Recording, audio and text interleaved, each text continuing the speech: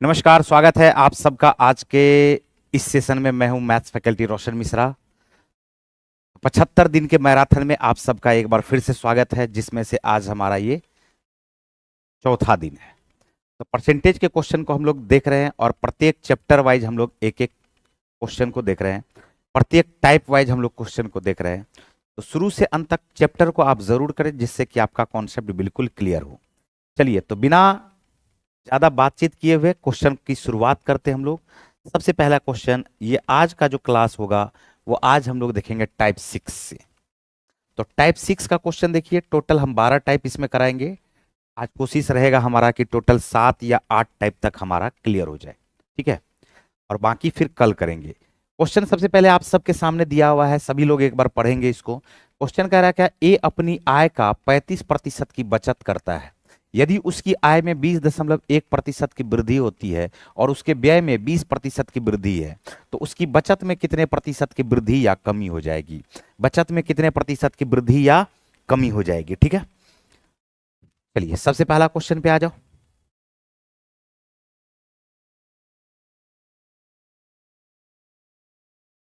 तो ए अपनी आय के 35% की बचत करता है। ए अपनी आय का 35% बचत करता है।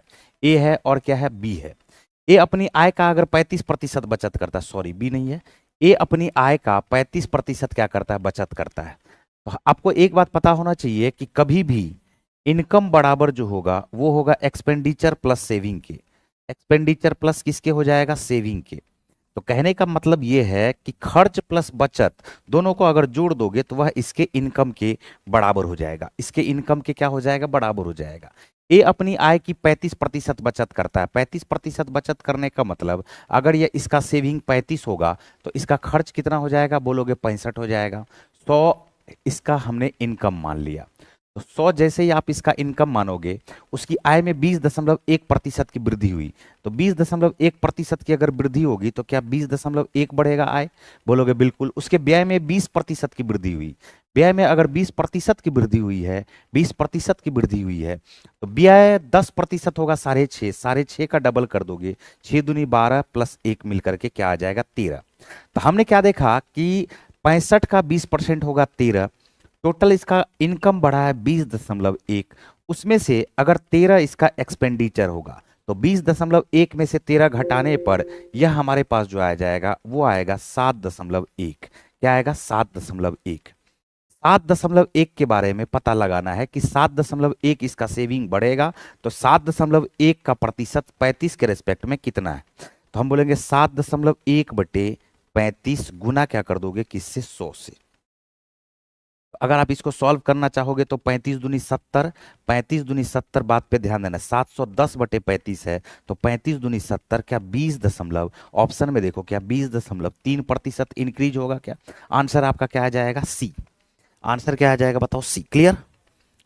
चलिए, बहुत बढ़िया, बढ़े आगे। तो यह एक आसान सा क्वेश्चन आपको दिख रहा था इनकम एक्सपेंडिचर से रिलेटेड इस टाइप में, ठीक है। नेक्स्ट क्वेश्चन की तरफ चलेंगे हम लोग। हो गया। नेक्स्ट क्वेश्चन पे आते हैं। नेक्स्ट क्वेश्चन देखिए आप सबके सामने में 40 नंबर का क्वेश्चन। 40 नंबर का क्वेश्चन क्या कह रहा है कि ए की आय बी की आय की 80% है। ए का इनकम बी के इनकम का 80% है। ए का व्यय बी के व्यय का 60% है। यदि ए का इनकम बी के व्यय का 90% के बराबर है तो ए की बचत और बी की बचत से कितने प्रतिशत अधिक है। ये क्वेश्चन है, एक बढ़िया सा क्वेश्चन है, ध्यान से सुनना। ए की आय बी की आय का 80% है। ए की आय बी की आय का 80% है। अगर बी की आय आप 100 मानोगे, बी की आय अगर 100 मानोगे तो ए की आय को 80 मानना पड़ेगा। या हमने आपको समझाया हुआ है कि 80% का फ्रैक्शन में वैल्यू होता है 40%। 80% का फ्रैक्शन में वैल्यू होता है 40%, सॉरी 80% का फ्रैक्शन में वैल्यू होता है 4/5। तो बी का 80% है, तो बी अगर 5 रहा होगा तो 5 का 4/5 क्या होगा, 4। इनकम हमने लिख दिया। ए का व्यय, व्यय पे ध्यान दो, ए का जो व्यय है वो बी के व्यय का 60% है। बी के व्यय का क्या है, ये 60% है। ठीक है। यदि ए की आय बी के व्यय के 90% के बराबर है, अब ए का इनकम बी के एक्सपेंडिचर का 90% है, बी के एक्सपेंडिचर का 90% है, तो हम लोग यहां पर क्या करेंगे, पहले दोनों को करेंगे बैलेंस। क्या हम इसमें 5 से गुना कर दे क्या, और इसमें किससे गुना कर दे, 4 से। पहले हम दोनों को करते हैं बराबर। अगर 5 से गुना करोगे तो दूसरे रेशियो में भी 5 से गुना हो जाएगा, और 4 से अगर हमने 5 में गुना किया है तो 3 में भी क्या हो जाएगा, 4 से गुना हो जाएगा। पुनः इसके बाद क्या होगा, अभी देखो ए का इनकम 20, बी का इनकम क्या हो गया है 20, ये दोनों बराबर हो चुका है। लेकिन क्वेश्चन में बोला है कि बी के व्यय का 90% है, ये बी के व्यय का 90% है। ये 90% का मतलब अगर इसको आप 10 से गुना करोगे तो इसमें किससे गुना करना पड़ेगा, बोलोगे सर 9 से गुना करना पड़ेगा, तभी तो 90% हो पाएगा। और जैसे ही 9 से गुना करोगे तो इधर भी 9 से गुना हो जाएगा, 10 से गुना करोगे तो इधर भी 10 से गुना हो जाएगा। बोलो होगा कि नहीं होगा। सॉल्व करना शुरू करो। इनकम में से एक्सपेंडिचर को जब भी घटाते हैं तो सेविंग आता है। बैलेंस जैसे ही हो चुका है, बैलेंस जैसे ही हो चुका है तो 5 चौका 20, क्या 9 दूनी 18, 980, 180 हो गया क्या, 5 चौका 20, 20 नमे 180, 3 चौका 12 गुना 10, 120। तो 180 में से 120 घटाओगे, इनकम में से एक्सपेंडिचर को घटाओगे तो ये हमारे पास सेविंग आएगा 60। आ गया 60। 5 पचे 25, 25 को 9 से गुना कर दो 225, 25 को 9 से गुना कर दो 225, 5 चौका 20 गुना 10, 200, 225 में से 200 को घटा दोगे तो क्या यह 25 आएगा क्या। तो दोनों का सेविंग पता चल चुका है। ए की बचत बी के बचत से कितने प्रतिशत अधिक है, हम इसका भी अब रेशियो निकाल देंगे। 5 पचे 25 और 12 पंचे 60, कितना अधिक है बताओ, इनकम सॉरी सेविंग कितना अधिक है, तो बोलेंगे सर 7 अधिक है सेविंग। कितना में अधिक है, 5 में। गुना किससे कर देंगे, 100 से। तो 7/5 को 100 से गुना करोगे तो उत्तर जो आपका आएगा वो आएगा 140%। आंसर क्या आ जाएगा, बी। आंसर क्या आ जाएगा बताओ, बी। क्लियर।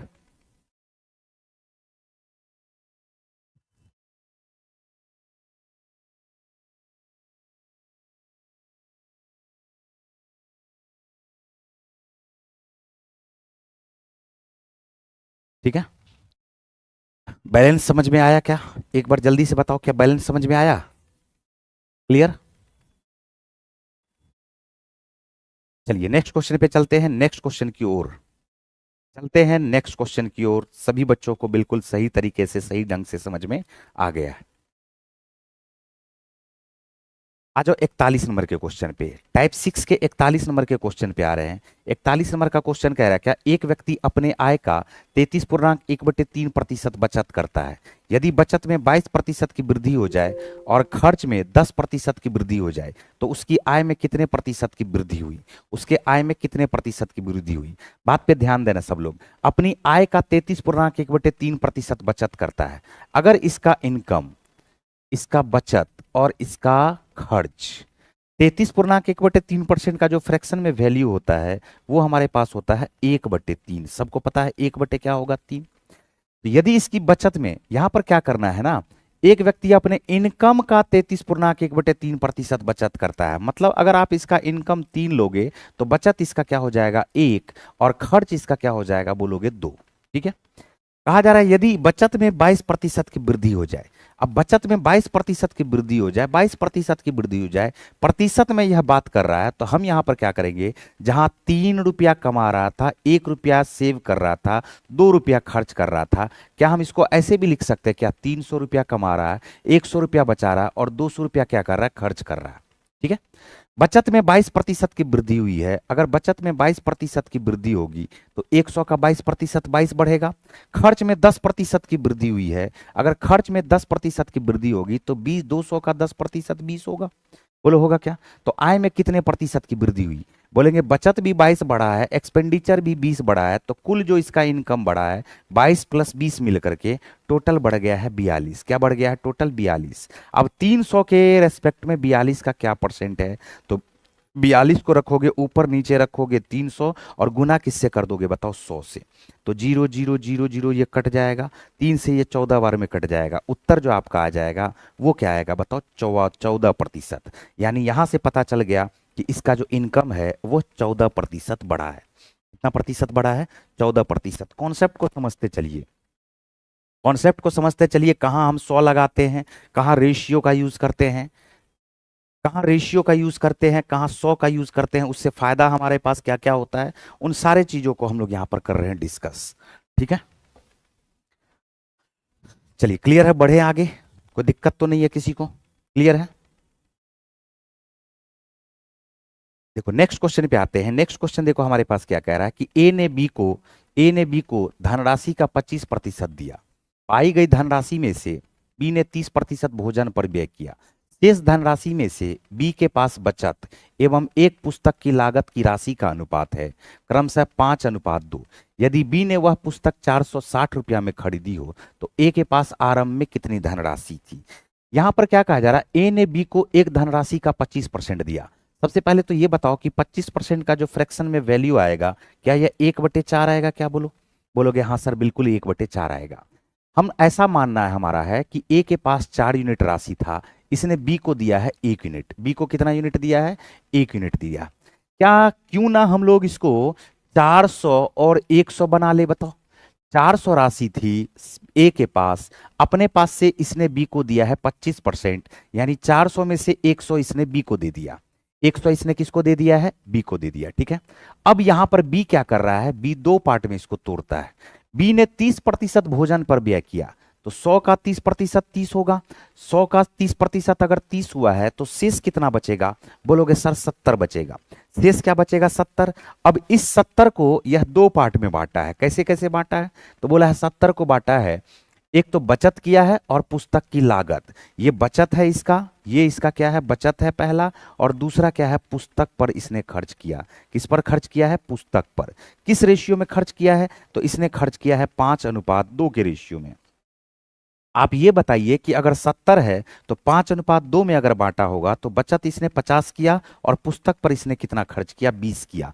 5:2 में आप 70 को बांट दोगे। ठीक है, तो ए के पास आरंभ में कितनी राशि थी, जबकि पुस्तक पर इसने जो खर्च किया है वो क्या है, 460 रुपये का। तो हम यहां से बोल सकते हैं, ध्यान से सुनिएगा, पुस्तक पर इसने जो खर्च किया है वो खर्च किया है 460 का। कितना का खर्च किया है, 460 का। हमें पता लगाना है कि ए के पास शुरू में धनराशि कितनी थी, तो 400 पता लगाना है। 20 यूनिट बराबर 460 के, तो क्या 40 यूनिट बराबर 20 का डबल है 40, तो 460 का डबल कर दोगे, क्या 920 हो जाएगा, क्या बोलोगे हाँ सर बिल्कुल। हमें निकालना है 400 यूनिट। 40 यूनिट अगर 920 के होगा तो 400 यूनिट बराबर हो जाएगा 920 पर एक शून्य, उत्तर आ जाएगा आपका 9200। उत्तर जो आपका आ जाएगा वो क्या आ जाएगा, बताओ, 9200 आंसर आ गया है बी। क्लियर।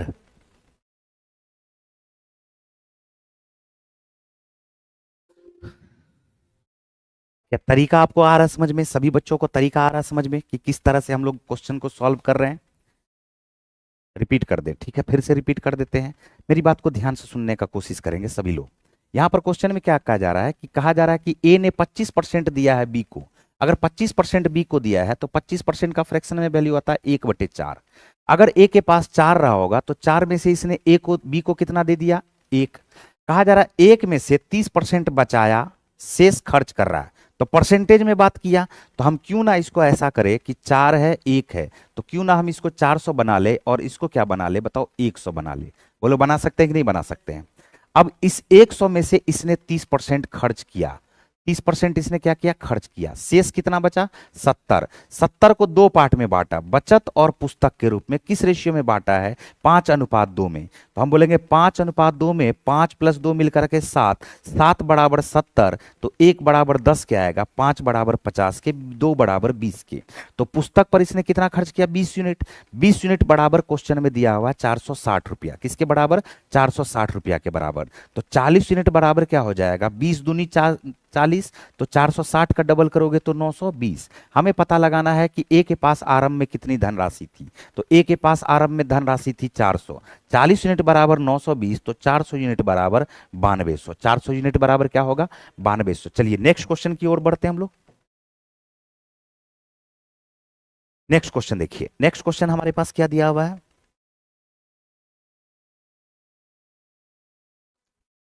ये जो क्लास है, किसी भी कंपटीशन का तैयारी अगर आप करते हैं, किसी भी कंपटीशन का, चाहे आप एएलपी का तैयारी कर रहे हैं, चाहे डीएलएड का क्लास आप करना चाहते हैं, कोई भी एग्जाम, बिहार एसएससी की आप तैयारी कर रहे हैं, किसी भी जनरल कंपटीशन की आप तैयारी कर रहे हैं, तो उन सब के लिए हम यहाँ पर क्योंकि आगे तो एएलपी का ही एग्जाम है, आगे तो आपका ग्रुप डी का एग्जाम है, आगे टेक्नीशियन का एग्जाम है। तो उन सब चीज़ों को ध्यान में रखते हुए हमने ये 75 दिन का क्लास अरेंज किया है, जिसमें बिल्कुल चैप्टर वाइज हम लोग चलते हैं और हर एक चैप्टर से हर कॉन्सेप्ट का क्वेश्चन मैं आपको यहाँ पर करवाता हूँ बिल्कुल फ्री ऑफ कॉस्ट, जिसका पीडीएफ आपको टेलीग्राम पे मिल जाता है। ठीक है, चलिए नेक्स्ट क्वेश्चन पे चलते हैं। नेक्स्ट क्वेश्चन हमारे सामने आ चुका है, क्वेश्चन पे ध्यान देंगे सभी लोग।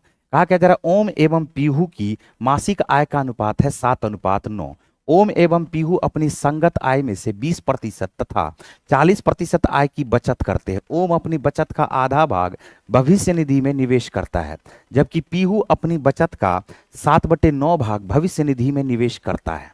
ठीक है, ठीक है, कोई बात नहीं है, करती है, ओके, करता है। यदि दोनों ने भविष्य निधि में कुल 17,500 रुपये की बचत की तो पीहू की मासिक आय क्या है? पीहू की मासिक आय क्या है? ठीक है, तो अब यहां पर देख लो ध्यान से, ओम है और कौन है? पीहू है। हमने यहां पर लिखा ओम और ओम के बाद क्या आ जाएगा? पीहू। कोई दिक्कत इसमें? कहा क्या जा रहा है कि इसके मासिक आय का अनुपात, इसके इनकम का रेशियो दिया हुआ 7:9। 7 अनुपात क्या दिया हुआ है? 9।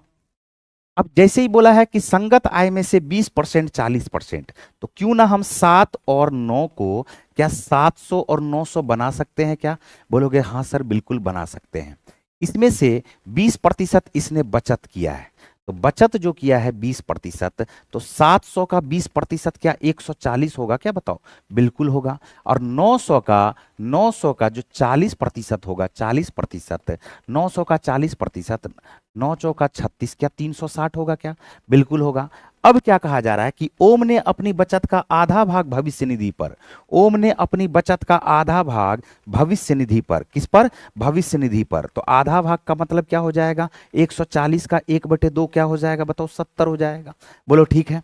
इसके बाद 7/9 भाग पीहू ने अपने बचत का भविष्य निधि पर, तो 7/9 अगर निकालोगे 360 का, तो 9 चौका 36, 40, 40 को 7 से गुना करोगे, 7 चौका 28, क्या 280 होगा क्या? बताओ, 280।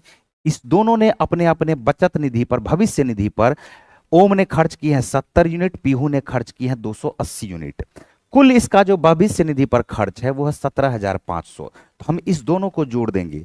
70 में अगर 28 में अगर 70 को जोड़ दोगे तो यह हमारे पास आएगा 350, और यही 350 यूनिट बराबर हो जाएगा 17,500 के। किसके? 17,500 के। तो पीहू की मासिक आय ज्ञात करना है आपको, ज्ञात करना है 900 यूनिट बराबर क्या होगा? पीहू का तो 900 यूनिट हमने माना है ना, तो सॉल्व करना शुरू करो। ये जीरो से ये जीरो कट जाएगा, 35 पंचे होता है 175, क्या ये 50 यूनिट हो जाएगा क्या? तो 1 यूनिट बराबर 50 के, तो 900 को गुना किससे कर दोगे? बताओ, 50 से। 900 को जैसे ही गुना कर दोगे 50 से, तो जो आपका उत्तर आएगा वो क्या आ जाएगा? 45,000। आपका जो उत्तर आ जाएगा क्या आ जाएगा? बताओ, 45,000। Option number C. क्लियर?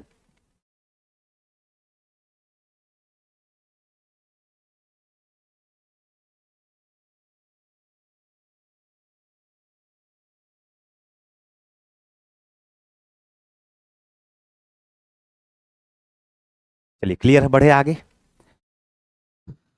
उम्मीद करते हैं कि सभी बच्चों को बिल्कुल सही तरीके से समझ में आ रहा होगा। नेक्स्ट क्वेश्चन पे चले, नेक्स्ट क्वेश्चन पे आ जाओ। नेक्स्ट क्वेश्चन देखो, हमारे पास 44 नंबर का दिया हुआ। क्या 44 नंबर का क्वेश्चन है? राधा अपनी आय का 25% बचाती है।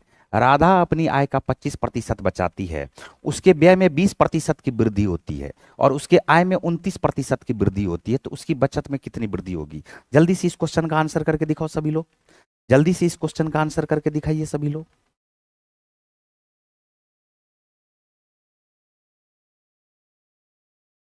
जितेंद्र वैद्य, फिर से आप एक बार देख लीजिएगा। आते हैं इस क्वेश्चन पे, बहुत ही धीरे से, बहुत ही प्यार से हमने आपको समझाया, आसानी से एक बार में ही सभी को समझ में आना चाहिए।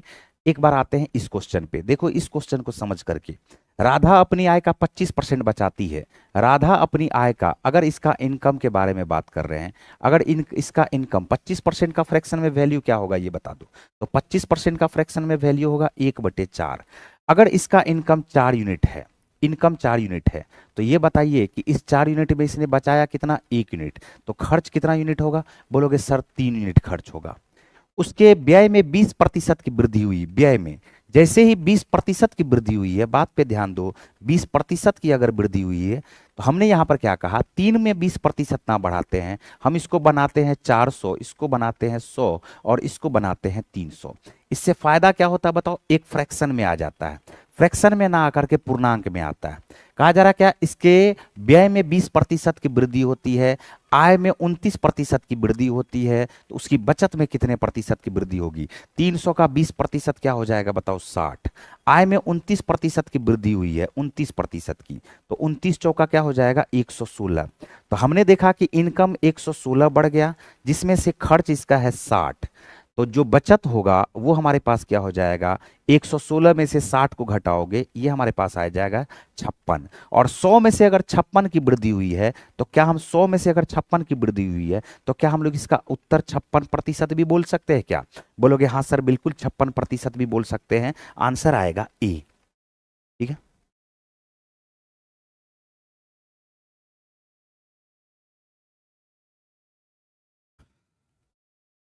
एन राज, डीएलएड का अभी तो नहीं होता है, जब भी होता है उसका इंफॉर्मेशन आपको मिल जाएगा। ठीक है, अभी फिलहाल नहीं होता है। बढ़े आगे, क्या क्लियर है? बढ़े आगे, आ जाओ नेक्स्ट क्वेश्चन पे। नेक्स्ट क्वेश्चन देखो, 45 नंबर का क्वेश्चन। 45 नंबर का जो क्वेश्चन है वो हमसे क्या कह रहा है, ए बी का मासिक वेतन समान है, ए बी सी अपने मासिक वेतन का क्रमशः 10%, 8%, ये 9% है, ये क्या है बताओ, 9% है, ये क्या है, 9% है। आज ये चौथा दिन है क्लास का, 10%, 8, पिछला जो 3 क्लास है वो पुराने चैनल पे चल रहा था, आज का जो क्लास है वो नए, सॉरी, नया चैनल पे चल रहा था, आज का क्लास चल रहा है फिर से पुराने चैनल पे। तो ए और बी का मासिक वेतन समान है, देखो सिर्फ ए और बी का मासिक वेतन समान है, ए बी सी अपने मासिक वेतन का क्रमशः 10%, 8%, यहाँ गलती से लिखा हुआ था 95, 9% ठीक कर लो, किसी धर्मार्थ ट्रस्ट को दान करते हैं। ए और बी के दान के बीच का अंतर है 400 रुपया, ए और बी के द्वारा किया गया कुल दान सी की तुलना में 900 रुपया अधिक है, तो सी का मासिक वेतन ज्ञात करें। सबसे पहले तो ये बताइए कि ए और बी का जो मासिक वेतन है वो क्या है, सेम है। तो ए और बी का मासिक वेतन हम क्यों ना 100 मान ले, बताओ क्यों ना 100 मान ले, बिल्कुल सही तरीके से 100 मान सकते हैं। ए ने खर्च किया, ए ने धर्म पर खर्च किया है 10%, तो 10 रुपया खर्च किया। बी ने 8% खर्च किया, तो बी ने अपना 8% खर्च किया, अपना 8% खर्च किया। तो 100 का 10%, 10, 100 का 8%, 8, इस दोनों के बीच में, इस दोनों के बीच का जो अंतर दिया हुआ वो दिया हुआ 400, तो हम बोल सकते हैं 2 यूनिट बराबर किसके हो जाएगा, बोलोगे सर 400 के बराबर होगा, 2 यूनिट बराबर किसके होगा, 400 के। तो ए और बी द्वारा किया गया कुल दान सी की तुलना में 900 रुपया अधिक है, तो ए और बी के द्वारा जो दान किया गया है, ए और बी के द्वारा जो दान किया गया है वो 10 + 8 मिलकर के 18 यूनिट दान किया गया। तो 2 9 में 18, तो 9 चौका 3600। तो आपको ये बात पता चल गया कि ए और बी दोनों मिल करके जो टोटल दान कर रहे हैं वो कर रहे हैं 3600। ए और बी दोनों मिल करके जो दान कर रहे हैं वो कितना दान कर रहे हैं, 3600। क्वेश्चन में कहा जा रहा है कि सी की तुलना में 900 रुपया अधिक है। अगर सी की तुलना में 900 रुपया अधिक है, अगर सी की तुलना में 900 रुपया अधिक है, तो हम बोल सकते हैं 3600 से 900 कम कर दो। 3600 से 900 कम कर दोगे तो क्या सी का वेतन, सी का जो दान है, क्या यह आपको पता चल पाया क्या? बोलोगे हाँ सर बिल्कुल। 3600, कहा जा रहा है 2700 से 900 कम है, मतलब 2700 से नहीं, सी के जो द्वारा दान किया जा रहा उससे 900 अधिक है, तो उल्टा क्या करोगे, 3600 में से 900 को घटा दोगे, तो हमें पता चल गया कि सी ने कुल जो दान किया है वो दान किया है 2700। फिर कहा जा रहा है, अब देखो प्रतिशत पे आ जाओ, सी अपना जो है 9% दान कर रहा था, अपना कितना प्रतिशत दान कर रहा था, 9%, तो हम बोल सकते हैं 9% ये अपना दान कर रहा था, तो अपना 9% बराबर 2700 के, तो सी का 100% बराबर क्या होगा, तो 9 से काटोगे ये 300 बार में कटेगा, बोलो कटेगा क्या? और 100 को 300 से गुना करोगे तो 300 गुना 100, उत्तर क्या आ जाएगा बताओ, 30,000। उत्तर आपका क्या आ जाएगा, 30,000। यहां से आंसर आ चुका है कि सी का जो वेतन है वो हमारे पास क्या हो जाएगा, 30,000।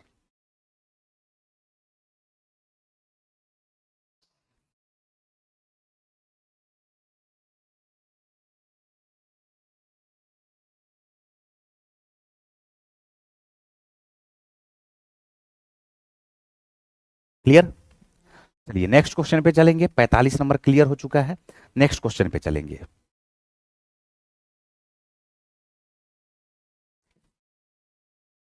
45 के बाद आ जाओ 46 नंबर के क्वेश्चन पे। 46 नंबर का क्वेश्चन हमारे पास क्या दिया हुआ है, ए तथा बी की कुल आय, ए तथा बी की कुल आय।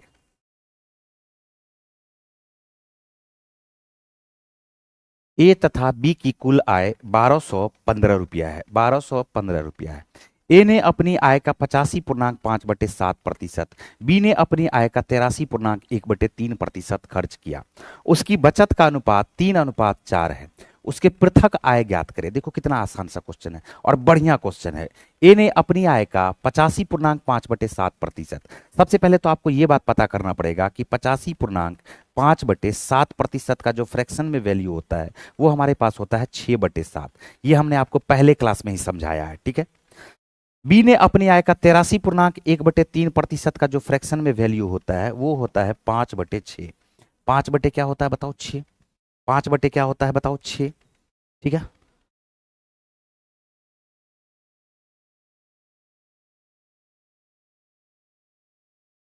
अरे लाइव में वीडियो का स्पीड बढ़ेगा, बताओ हैं। लाइव में वीडियो का थोड़ी स्पीड बढ़ता है जी। हम अभी जानबूझ करके स्लो ही किए हुए हैं। बोलोगे तो हम अपना स्पीड बढ़ा भी सकते हैं। हम अपना स्पीड बढ़ा भी सकते हैं, लेकिन हमारा काम है कि आपका कॉन्सेप्ट क्लियर होता चले। तो ए और बी की कुल आय है 1215। ए ने अपनी आय का खर्च किया, बी ने अपनी आय का 83.1/3% खर्च किया। उसकी बचत का अनुपात 3:4 है। बचत का अनुपात क्या है, 3:4 है, ठीक है। ध्यान से सुनना। हम क्या बोलेंगे कि ए की बचत, आप बताओ कि अगर 85.5/7% खर्च कर दिया, 6/7 ए ने अपना खर्च कर दिया, तो क्या हम इसको लिख सकते ए ने अपना बचत कितना किया? बोलोगे सर 1/7 बचत किया, ठीक है।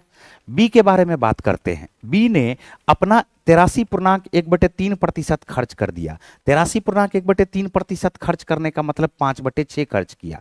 तो बी ने अपना 5/6 खर्च कर दिया, तो बचा कितना? बोलोगे सर 1/6 बचा। तो बी का 1/6। क्वेश्चन में कहा जा रहा है क्या कि उनके बचत का जो अनुपात है वो 3:4 है। इनके बचत का जो अनुपात है वो हमारे पास क्या है, 3:4 है। तो उनकी पृथक आय आपको ज्ञात करनी है। ध्यान से सुन लो।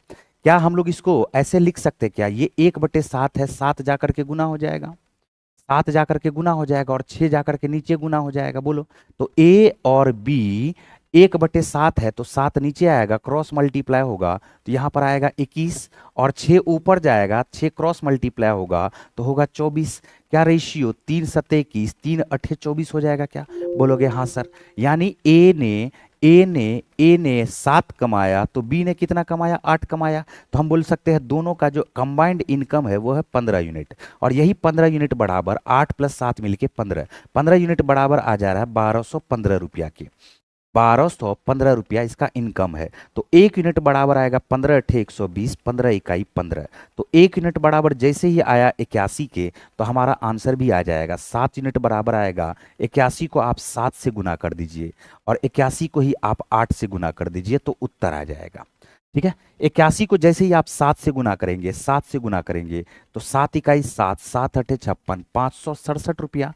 8×1=8, 8×8=64, 648 रुपया। तो आपका जो आंसर आ जाएगा 567 और 648। ऑप्शन नंबर सी बिल्कुल सही है।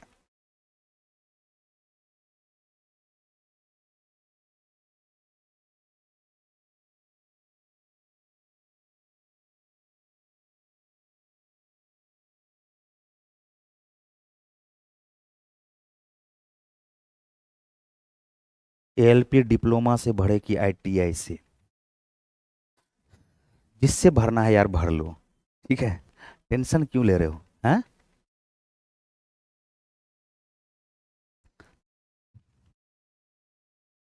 कोई टेंशन नहीं है, ठीक है। वीडियो की स्पीड नहीं बढ़ रही है भाई, लाइव क्लास में वीडियो की स्पीड नहीं बढ़ती है। लाइव क्लास ये चल रहा है। क्या ये बात सभी को समझ में आया? क्या जल्दी बताओ, क्या ये बात सभी को समझ में आया है? बढ़े आगे। चलिए नेक्स्ट क्वेश्चन पे आते हैं। नेक्स्ट क्वेश्चन देखिए हमारे सामने क्या दिया हुआ है। राजन अपने वेतन का 10% किराए पर खर्च करता है। राजन अपने वेतन का 10% किराए पे खर्च करता है, शेष का 20% परिवहन पे, जिसके बाद उन्होंने वेतन के शेष भाग का 40% भोजन पे खर्च किया। इसके अलावा उन्होंने शेष राशि का 80% विभिन्न बिलों पर खर्च किया। वह बैंक पर 5,000 रुपया जमा करता है और शेष 1,480 रुपया अपने छोटे से खर्च के लिए रखता है। उसका मासिक वेतन ज्ञात करना है। उसका मासिक वेतन देखो यहाँ पर एकदम बिल्कुल आसानी तरीके से हम लोग सॉल्व करते हैं। मान लेते हैं कि राजेश का जो वेतन है वो x रुपया है, राजन का जो वेतन है वो x रुपया है। वेतन का 10% खर्च कर दिया, तो जब 10% खर्च कर दिया तो बोलोगे सर 90% बचाया, तो 90% को हम लोग क्या लिखते हैं 9/10। 90% को क्या लिखते हैं बताओ 9/10। अब शेष का, तो शेष तो इसके पास x का 9/10 है, शेष हिस्से का 20% परिवहन पे खर्च किया, तो 20% का मतलब होता है 1/5। 1/5 तो बचा कितना बताओ शेष, बोलोगे सर 4/5। क्या बचेगा 4/5, बोलो बचेगा क्या। फिर से क्या कहा जा रहा है, शेष का 40% भोजन पे खर्च किया। 40% का फ्रैक्शन में वैल्यू होता है 2/5। 2/5 अगर घट गया तो बच गया 3/5। क्या बच गया 3/5। क्या बच गया बताओ 3/5। इसके अलावा उन्होंने शेष राशि का फिर से 80% विभिन्न बिलों पे खर्च किया। तो 80% खर्च किया तो 4/5 खर्च किया। 80% खर्च करने का मतलब 4/5 खर्च कर दिया, बचा 20%। 20% का मतलब होता है 1/5। 1 क्या होता है 5। अब वही जो है, अब शेष बचा हुआ वह बैंक में 5,000 रुपया जमा करके शेष 1,480 रुपया, 5,000 में 1,480 को जोड़ दो, यही ना शेष रुपया के बराबर आएगा। तो 5,000 प्लस 1,480, 5,000 प्लस 1,480 का मतलब है 6,480 रुपया। ठीक है, तो छोटे से खर्च के लिए रखता है, उसका मासिक वेतन ज्ञात करना है। सॉल्व करना शुरू करो इसको, सॉल्व करना शुरू करो इसको। देखो जो जो सॉल्व हो रहा है उसको सॉल्व कर दो। क्या ये 4 या 12 से डायरेक्ट कटेगा क्या, देखो 12 से काटोगे, 12×5 = 60, 12×4 = 48, कट गया। 9 से भी इसको काट दो, 9×6 = 54, 60 आ गया। 5×5 = 25 गुना 5, 5×5 = 25, 5×6 = 125, 125 गुना 10, 125 गुना 10 हो जाता है 1250। क्रॉस मल्टीप्लाई कर दोगे किससे 60 से, तो 1250 का डबल कर दोगे, ये आ जाएगा 2500, 25 या 75। क्या उत्तर आपके पास जो आएगा 75,000 आएगा क्या बताओ। आंसर आ गया है ए। आंसर क्या आ गया है बताओ ए।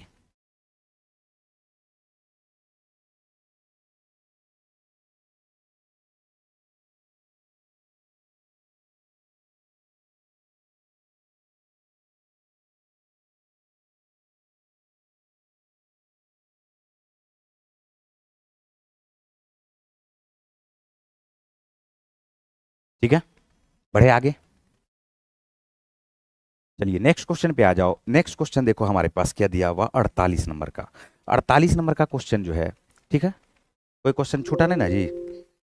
एक व्यक्ति अपनी 75% राशि पहली बाजी में, शेष की 75% दूसरी बाजी में, शेष की 75% तीसरी बाजी में हार गया और केवल 2 रुपया लेकर अपने घर पहुंचा। उसकी प्रारंभिक राशि कितनी थी। फिर वही काम करेंगे बताओ। इसके पास हम लोग मान लेते हैं एक्स थी प्रारंभिक राशि। 75% पहली बार हारा, 75% का मतलब है 75% हार गया तो शेष बचा 25%। 25% का मतलब क्या हो जाएगा 1/4। यह 75% दूसरी बाजी में शेष का पुनः हार गया तो पुनः बचेगा 1/4, और तीसरी बाजी में भी 1/4 यह बचा करके लाया क्योंकि 3/4 हार गया, और टोटल अब इसके पास जो रुपया बचा है वो बचा है 2 रुपया। तो x का जो मान आ जाएगा वो हमारे पास क्या आएगा बताओ। 4×4 = 16, 4×4 = 64, 64 को 2 से गुना कर दोगे, 64 दूनी क्या हो जाएगा बताओ 128। इसका मतलब इस व्यक्ति के पास जो टोटल रुपया था वो कितना था 128। Option number A. क्लियर।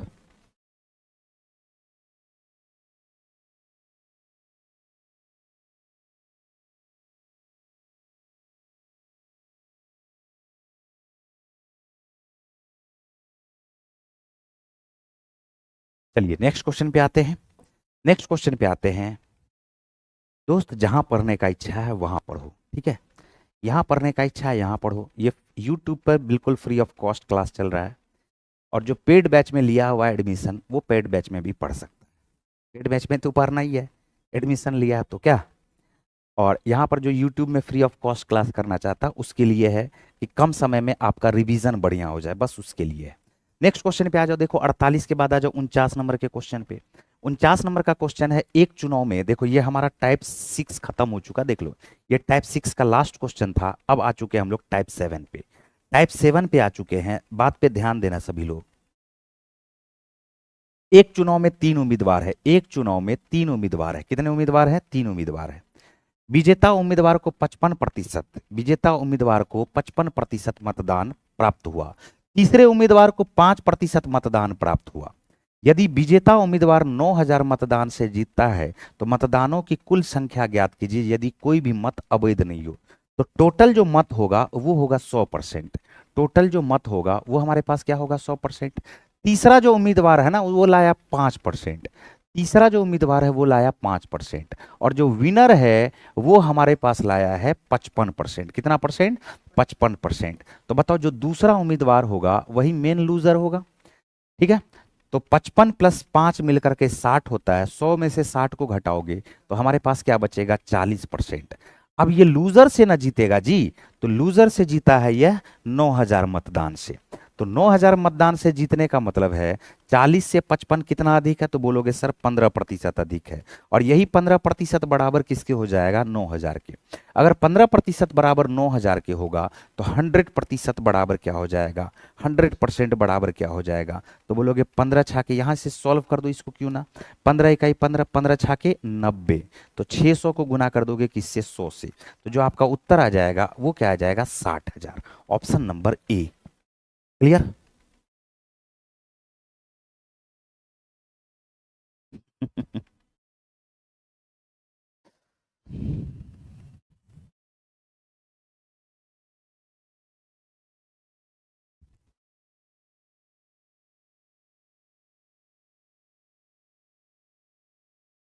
चलिए नेक्स्ट क्वेश्चन पे चले। उम्मीद करते हैं कि सही ढंग से समझ में आ गया होगा। तो टाइप 7 के क्वेश्चन को कम से कम कंप्लीट कर दे हम लोग आज। तो क्वेश्चन पे आते हैं। क्वेश्चन देखो ध्यान से सुनना, 50 नंबर का क्वेश्चन है। 50 नंबर का क्वेश्चन है कि एक चुनाव में 2 उम्मीदवार है, 8% मत डाले नहीं जाते हैं। एक उम्मीदवार 48% मत प्राप्त करके 1100 मतों से जीत जाता है। कुल मतों की संख्या ज्ञात करें। सबसे पहले तो हम यहां पर क्या करेंगे? कुल है 100%, कुल कितना प्रतिशत होगा? 100%। कुल 100% में से 8% वोट डाला ही नहीं गया, तो 100 में से 8 वोट नहीं डाला गया, तो इसका मतलब क्या हो जाएगा? ये 92। इसका मतलब क्या हो जाएगा? 92। ठीक है, एक कैंडिडेट क्या कर रहा है? 48% मत प्राप्त किया। 48% मत प्राप्त किया है, तो ये बताइए कि अगर 100% में से 8% घट गया तो 92% बचा। इसमें से एक कैंडिडेट 48% मत लाया। दो तरह से क्वेश्चन पूछा जाता है। या बोलेगा कि जो वोट दिया उसका 48%, यानी तो जो वोटर लिस्ट में है उसका 48%। तो जो वोट दिया, तो वोट दिया कितना? 92%। तो 92 का 48% यहाँ नहीं पूछा है, पूछा है कुल वोटर का 48%। तो हम बोलेंगे अच्छा 92 में से 48% वोट ने वोट दिया, तो 92 में से सीधा 48 को घटा दोगे। 92 में से सीधा 48 को घटाओगे, क्या 44% आएगा क्या? तो जो विनर था वो 48% लाया और जो लूजर था टोटल वोट का 44% लाया।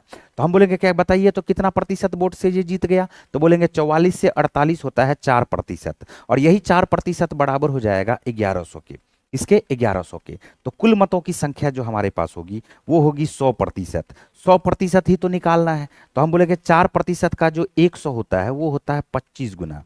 क्या होता है बताओ? 25 गुना। तो क्यों ना हम भी 1100 को 25 से गुना कर दें। 1100 को 25 से गुना कर दे, क्या 5 + 2 मिलकर के 7, 275 होगा क्या? तो उत्तर जो हमारे पास आएगा वो क्या आएगा बताओ? 27,500। आंसर आ जाएगा 27,500। कुछ गड़बड़ हो गया क्या? 5 2 7।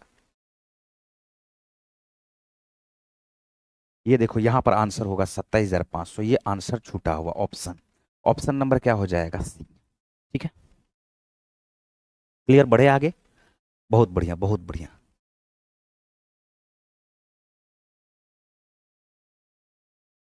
बाकी की क्लास जो है प्लेलिस्ट में मिल जाएगी, इस प्लेलिस्ट में नहीं है, वो नए वाले चैनल पे हमारा क्लास हुआ है। अचानक से रात में हमारा चैनल फिर से आया है, तो फिर से हम लोग अपने पुराने चैनल पे लौट आए हैं। वहां पर मिल जाएगी। हालांकि हम जल्दी ही आपको क्या करेंगे, एक काम करेंगे कि परसेंटेज का जितना भी क्लास है उन सारे को एक जगह कंपाइल करके सारे क्लास को एक बार में ही अपलोड कर देंगे। ठीक है, तो उसका टेंशन नहीं लेना। बढ़े आगे। चलिए 51 नंबर के क्वेश्चन पे आ जाते हैं। 51 नंबर के क्वेश्चन पे आ जाते हैं। ये प्रतिदिन आपको 7 से 8 चलता है ये क्लास। प्रतिदिन 7 से ये 8 चलता है आपका ये क्लास। एक चुनाव में 2 उम्मीदवार है, 10% मत डाले नहीं जाते हैं। 10% मत डाले नहीं जाते। एक चुनाव में 2 उम्मीदवार है, 10% मत डाले नहीं जाते हैं। एक उम्मीदवार डाले गए मतों का 60% प्राप्त करता है और 720 वोट से जीत जाता है, तो कुल मतों की संख्या ज्ञात करनी है। तो एक बात बताइए, 10% वोट डाले ही नहीं जाते हैं। अगर 100% वोट है, उसमें से 10% वोट डाले ही नहीं जाते हैं, तो वोट जो डाला जाएगा वो डाला कितना जाएगा बताओ? 90%। लेकिन क्वेश्चन में कहा जा रहा है डाले गए मतों का 60% मत प्राप्त करता है। तो डाले गए मतों का 60%, तो डाले गए मतों का 40% बचा। अरे बात आ रहा समझ में? क्योंकि डाले गए मत हो जाएंगे 100%। तो 100%, अब इससे इसका ना 60%, तो इसका कितना परसेंट बचेगा बताओ? 40%। तो हमने क्या कहा कि 720 मतों से वोट जीत गया ये, तो कुल मतों की संख्या ज्ञात करें। 90 का जो 60% होता है, 9 छा के 54% हो जाएगा। बताओ होगा क्या? ओवरऑल का 54% हो जाएगा। और 90 का अगर 40% निकालोगे तो 9 चौका 36, 36% हो जाएगा। तो 36 से 54 कितना अधिक हो गया बताओ? 36 से जो 54 अधिक हो गया है, तो ये हमारे पास हो गया है 18% अधिक। और यही 18% बराबर हो जाएगा 720 के। इसके बराबर हो जाएगा 720 के। क्वेश्चन हमसे पूछा जा रहा है कि कुल मतों की संख्या क्या है। तो कुल मतों की संख्या अगर आपको निकालनी है तो 18 चौका 72, ये 40 है। 40 को 100 से मल्टीप्लाई करते हैं तो जो उत्तर आपका आएगा वो आएगा 4000। उत्तर आपका क्या आ जाएगा बताओ? 4000 आंसर आ चुका है ई। आंसर क्या आ चुका है बताओ? ई। क्लियर?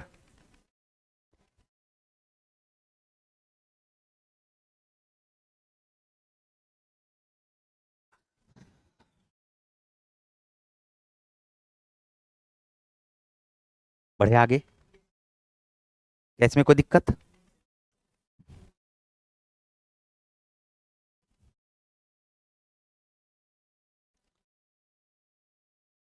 नेक्स्ट क्वेश्चन है हमारा 52 नंबर का क्वेश्चन। 52 नंबर का क्वेश्चन क्या कह रहा है कि एक चुनाव में 2 उम्मीदवार है, 10% मत डाले नहीं जाते हैं तथा 60 मतदाता अपने मत नोटा को दे देते हैं तथा एक विजयी उम्मीदवार कुल मतों का 47% मत प्राप्त करके 308 मतों से जीत जाता है। तो कुल मतों की संख्या ज्ञात करें। कुल मतों की संख्या ज्ञात करें। ध्यान से सुनना। एक चुनाव में टोटल 2 उम्मीदवार है। टोटल कितने उम्मीदवार है? 2 उम्मीदवार। इसमें से 10% वोट डाले ही नहीं जाते। 10% वोट डाले ही नहीं जाते। 10% वोट डाले ही नहीं जाते। अरे भाई राम बालक, कैसे होगा? 90 का 60% निकालो, 9 छा के 54। 90 का 40% निकालो, 9 चौका 36। क्या बात आ रहा समझ में? देखो यहां पर 52 नंबर का क्वेश्चन। 52 नंबर का क्वेश्चन है, एक चुनाव में 2 उम्मीदवार है, 10% मत डाले ही नहीं जाते हैं। अगर 100% वोट है और उसमें से 10% वोट डाले नहीं जाते हैं, 10% वोट डाले नहीं जाते हैं, तो डाले गए वोट कितना है बताओ? 90%। कितना वोट डाला गया? 90%। तथा 60 मतदाता अपने मत नोटा को दे देते हैं। तो जब नोटा को दे देना है तो इसका मतलब ना तो विनर को के कैंडिडेट को मिलेगा और ना ही लूजर कैंडिडेट को मिलेगा। तो हम बोलते हैं वोट डाला गया 90% और उसमें से 60 जो है चला गया उधर नोटा में। एक विजयी उम्मीदवार कुल मत का 47%। एक विजयी जो उम्मीदवार है वो कुल मत का लाया है 47%। 90 का नहीं, इसका नहीं, कुल मत का 100 का लाया है 47%। और 47% मत प्राप्त करके 308 वोटों से विजयी हो जाता है। 308 वोटों से विजयी हो जाता है। तो कुल मतों की संख्या आप ये बात बताइए कि जो लूजर है इससे यह 308 वोट अधिक लाया, जो विनर है 47% लाया और इससे यह 308 वोट अधिक लाया, तो क्या हम बोल सकते हैं क्या 47% से 308 अगर हम कम कर देंगे तो जो लूजर है वह लाया है 47% माइनस 308। बात पे ध्यान देना। जो विनर है कुल 100% है, 100% का 47% लाया, तो जो लूजर है उससे यह 308 वोट से जीता है। तो अगर 308 वोट को घटा दोगे तो लूजर का पता चल जाएगा कि इसने कितना वोट लाया। और जो वोट पड़ेगा, अब यहां से क्या करना है, जो वोट पड़ेगा वो टोटल वोट किसके बराबर होगा? 90% माइनस 60 के। तो हम बोलेंगे क्या कि 47% प्लस 47% माइनस 308, और ये बराबर किसके हो जाएगा? 90% माइनस 60 के। 90% माइनस 60 के। तो 47 प्लस 47 मिलकर के 94, 94 से 90 घटाओगे तो ये आएगा 4%।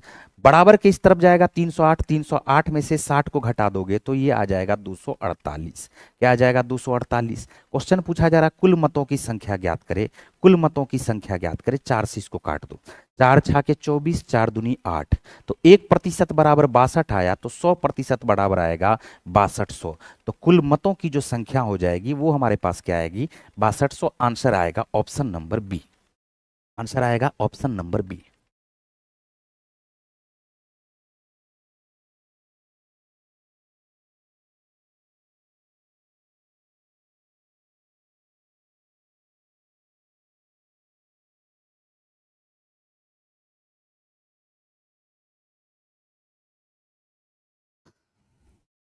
बढ़े आगे, नेक्स्ट क्वेश्चन पे चले, नेक्स्ट क्वेश्चन पे चलते हैं दोस्त। नेक्स्ट क्वेश्चन पे आ जाओ, ध्यान पूर्वक पढ़ोगे बिल्कुल सब कुछ समझ में आएगा, बिल्कुल आसान चीज है मैथमेटिक्स। बढ़े आगे। अब हमारे पास क्या दिया हुआ देखो, 53 नंबर का क्वेश्चन। 53 नंबर का क्वेश्चन हमसे कह रहा है कि दो उम्मीदवार रवि और अमित के बीच एक चुनाव हुआ, 13.33% मतदाताओं ने मतदान में भाग ही नहीं लिया, 16.66% वोट अवैध घोषित किए गए।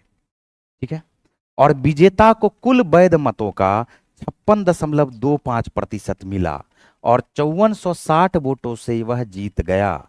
तो मतदाता सूची में मतदाताओं की संख्या कुल कितनी संख्या होगी? कितना बेहतरीन सा ये क्वेश्चन है, बताओ कितना यह बेहतरीन सा क्वेश्चन है, बात पे ध्यान देना है। ठीक है,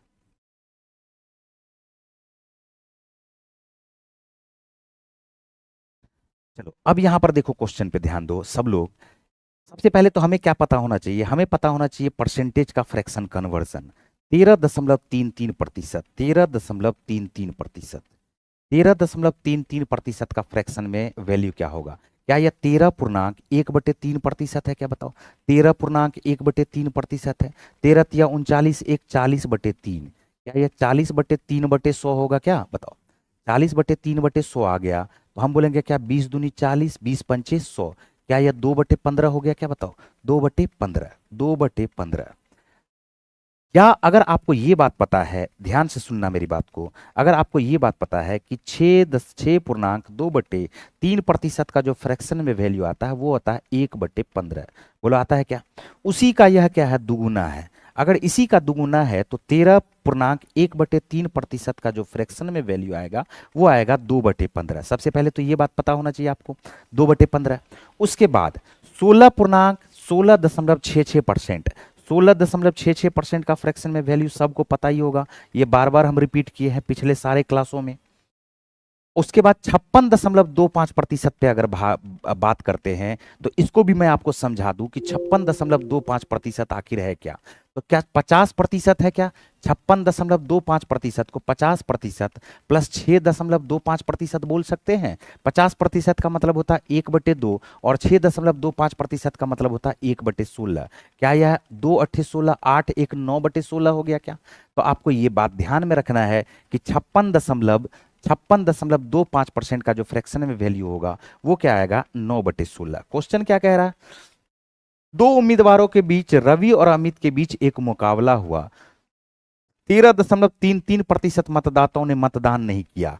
तो आपको पता चल चुका है कि 13.1/3% का मतलब 2/15 होता है। तो हम इसको ऐसे बोल सकते हैं, ध्यान से सुनना, अगर कुल मतदाताओं की संख्या 15 थी, कुल मतदाताओं की संख्या 15 थी, जिसमें से दो ने वोट डाला ही नहीं, तो वोट डाला कितना ने बताओ? तो वोट डाला है 13 ने, वोट जो डाला है वो कितना डाला है? 13 ने। ठीक है, अब इसमें से क्या हुआ? एक चुनाव हुआ, 13.33% मतदाताओं ने वोट डाला ही नहीं, 16.1/6, 16.1/6। अच्छा, 16.1/3 का वैल्यू क्या 1/6 आ रहा क्या? तो क्यों ना हम एक ऐसा संख्या मान ले जो 15 से भी कट जाए, 6 से भी कट जाए। हम मान लेते 15 छाके 90 या 15 दूनी 30, हम 90 ही मान लेते हैं। तो टोटल वोटों की संख्या हम 90 मान लेते हैं। बात पे ध्यान देना, बात पे ध्यान देना भाई। बात पे ध्यान देना है सभी लोगों को, बात पे ध्यान देना है। मैं आप सबको बता दूं कि पिछला जो 3 क्लास चला है वो चला था न्यू चैनल पे, न्यू हमारे चैनल पे चला था क्लास। अब ये पुराने चैनल पे आज चौथा क्लास से चलना स्टार्ट हुआ है। फिर भी आपके सुविधा के लिए हमारा कोशिश ये रहेगा कि कल तक का जितना भी क्लास होगा, फ्राइडे तक का जितना भी क्लास होगा परसेंटेज का, उसको मैं आपको अपलोड कर दूं एक साथ मिला करके सैटरडे या संडे को। फिर जिसका भी छूट गया है वो वहां से कवर कर सकता है, और फिर प्रॉफिट एंड लॉस आपका मंडे को शुरू होगा, फिर वहां से आप लोग एक साथ जुड़ सकते हैं। ठीक है, तो इसका टेंशन नहीं लेना है, बाकी सारा टेंशन हम खुद ले लेंगे। तो हमने क्या कहा कि टोटल वोट हमने माना है 90। क्यों माना है हमने टोटल वोट 90? फिर से हम आपको समझाते हैं। यहाँ 1/6 का यूज हो रहा है, यहाँ 1/15 या 2/15 का यूज हो रहा है। तो 15 और 6 को मल्टीप्लाई कर दोगे, टोटल वोट आप लोगों ने क्या मानवा दिया हमें, यहाँ पर बोलोगे सर 90 वोट। ओके, 90 में से 13.1/3% ने वोट डाला ही नहीं है।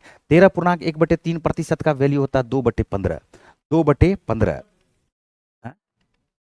वहां पे हो गया, नहीं ना? 5 मिनट हो गया ना। 2/15, तो 2/15 क्या करोगे, 2/15 निकालोगे, 15×6 = 90। क्या 12 लोगों ने वोट नहीं दिया क्या? तो 12 लोगों ने अगर वोट नहीं दिया तो 90 में से 12 को घटा दो, क्या ये हमारे पास 78 हो जाएगा? बोलोगे हाँ, 78 हो गया। 78 लोगों ने वोट दिया, 78 लोगों ने वोट दिया। अब इसमें से 16.1/3%, सॉरी 16.2/3% वोट अवैध घोषित हुआ। अगर 16.2/3% वोट अवैध घोषित हुआ है तो इसका 1/6 वोट को अवैध घोषित कर दो। तो 78 का 1/6 होता है 13, यह अवैध घोषित हो गया। बात आ रहा समझ में? तो 78 में से 13 को घटाओगे, 13×6 = 78, 13×5 = 65 वोट पड़ा। वोट कितना आ गया बताओ? 65। इसमें से भी क्या हुआ है, कुल वैध मत का 56.1/4% वोट मिला। तो ये जो कुल वैध मत है इसका 56.1/4 वोट, 56.1/4% वोट मिला। तो 56.1/4% को क्या बोलेंगे हम लोग अभी? 9/16। तो एक 9/16 मिला, और जो हारने वाला उम्मीदवार होगा उसको मिला होगा 7/16, 7/16।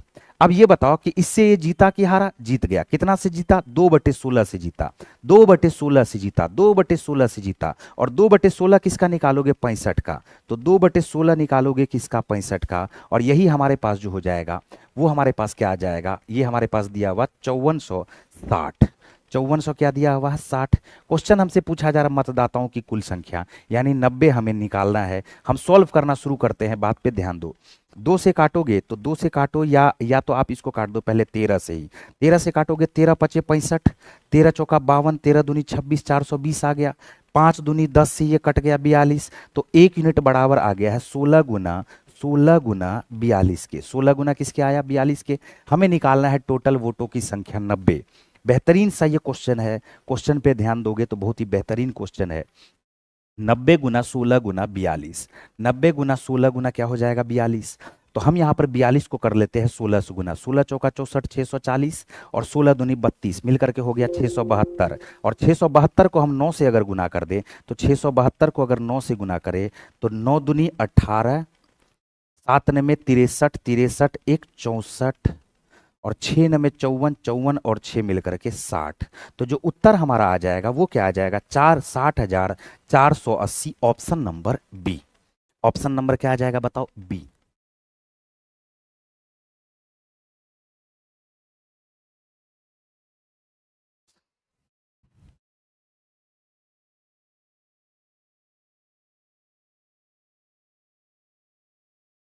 पिंटू पंडित भाई, हम सबको शॉर्टे में अगर बताए, ये शॉर्ट में ही बताए तब ये एक ऐसा क्वेश्चन बना। लेकिन आपको सीखना पड़ेगा ना परसेंटेज का फ्रैक्शन कन्वर्जन। हमारा मेन मकसद है क्वेश्चन के अच्छे अच्छे लेवल के क्वेश्चन को हम आपको यहाँ पर करवाए क्लास में। ठीक है, सारा क्वेश्चन अगर शॉर्ट में बनने लगेगा तो एग्जाम होगा 2 मिनट का। बात है समझ में? एग्जाम में 1 घंटा का फिट आपको टाइम नहीं मिलेगा। तो यहाँ पर आप सीखिए, एक बढ़िया लेवल का ये क्वेश्चन था। अगर परसेंटेज फ्रैक्शन कन्वर्जन आपने बढ़िया तरीके से सीखा तो कुछ ना कुछ ये आपके लिए क्या होगा? बढ़िया ही होगा। चलिए ओके, रिपीट कर दे, फिर से सुनो। हमने क्या कहा, हमने जानबूझ करके एक बार हम रिपीट कर देते हैं, लास्ट क्वेश्चन ही आज के सेशन का होगा। यहां पर हमने क्या देखा कि कुल उम्मीदवार के बीच में 13.1/3% मतदाताओं ने मतदान में भाग नहीं लिया, और 16.1/6%, 16.2/3 है ये। तो 13.1/3 का वैल्यू होता है 2/15 और 16.2/3 का वैल्यू होता है 1/6। तो हम यहाँ पर क्या करेंगे, इसका 15 और इसका 6 का एलसीएम ले लेंगे, या तो एलसीएम ले लो या 15 को 6 से गुना कर दो। तो हमने मान लिया कि टोटल वोट आ जाएगा 90। टोटल वोट क्या आएगा 90। क्यों ऐसा किए, क्योंकि 2/15 भी निकल जाएगा और शेष का 1/6 भी निकल जाएगा पूर्णांक में।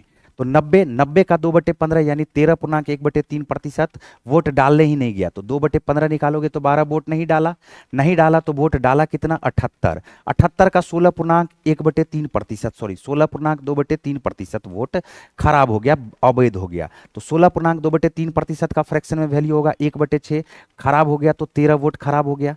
78 में से 13 घटाओगे तो 65 आ गया। अब इस 65 में 56.25% वोट जीतने वाला लिया, तो शेष जो लेगा वो हार जाएगा।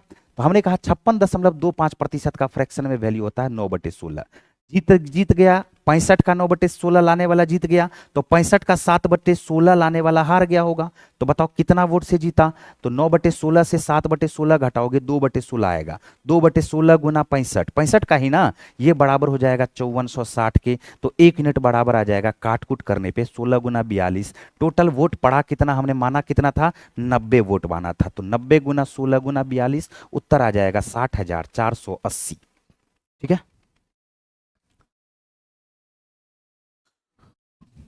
चलिए ओके बाय। आज का सेशन होता है यहीं पर समाप्त। कल हम लोग 53 नंबर के बाद क्वेश्चन देखेंगे और कंप्लीट करने का कल कोशिश करेंगे। ठीक है, चलिए okay bye, good night, love you all.